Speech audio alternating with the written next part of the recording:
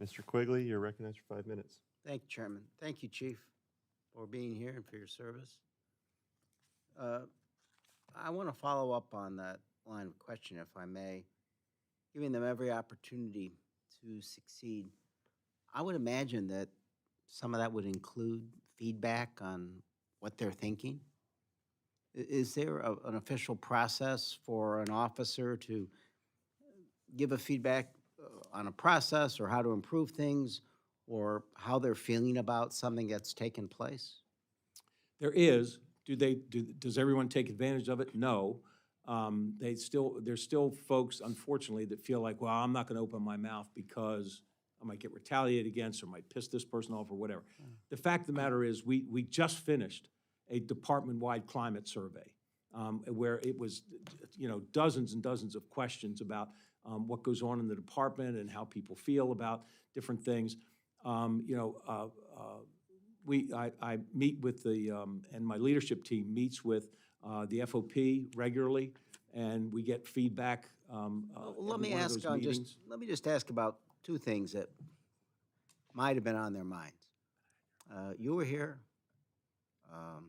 I wasn't pulled out of the chambers right away. We're upstairs and got stuck for a while. I tell everyone I wouldn't be here without the courage of the D.C. and the Capitol Police on that day. The fact that, as the ranking member referenced, we actually passed legislation commemorating the heroism that took place that day and asked that a plaque be put up. That still hasn't happened. However anybody feels about that, has there been feedback, some sense of how that might have impacted the morale of the rank and file? I definitely think it impacts morale. I mean, look, the fact that January 6th was a pretty traumatic day for this campus, and certainly How many officers were injured that day? At least 140, I believe. And those that passed in the coming days? Say again? Police officers who we lost in the coming days immediately thereafter? We lost a couple of them, yes. Yeah. But look, there's a wide divergence of opinions about what occurred on January 6th. And but I will tell you, I know what my cops, how they feel.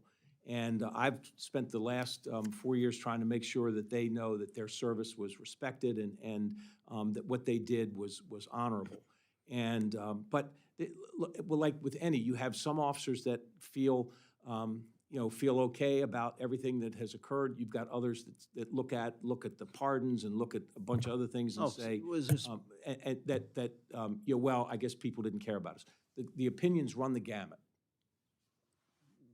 Was there any attempt at checking morale as it was affected by the plaque or specifically the pardons? Well, I would tell you, I can't believe it was split 50-50, but you tell me how people react. You might.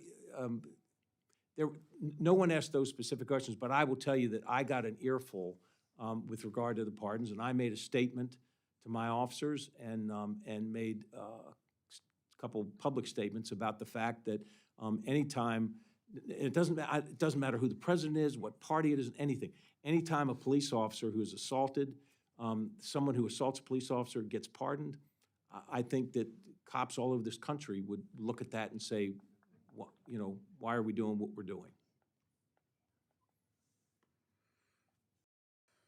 Yeah, there's more things I want to talk about, but Chairman, I don't want to break it up and get into that.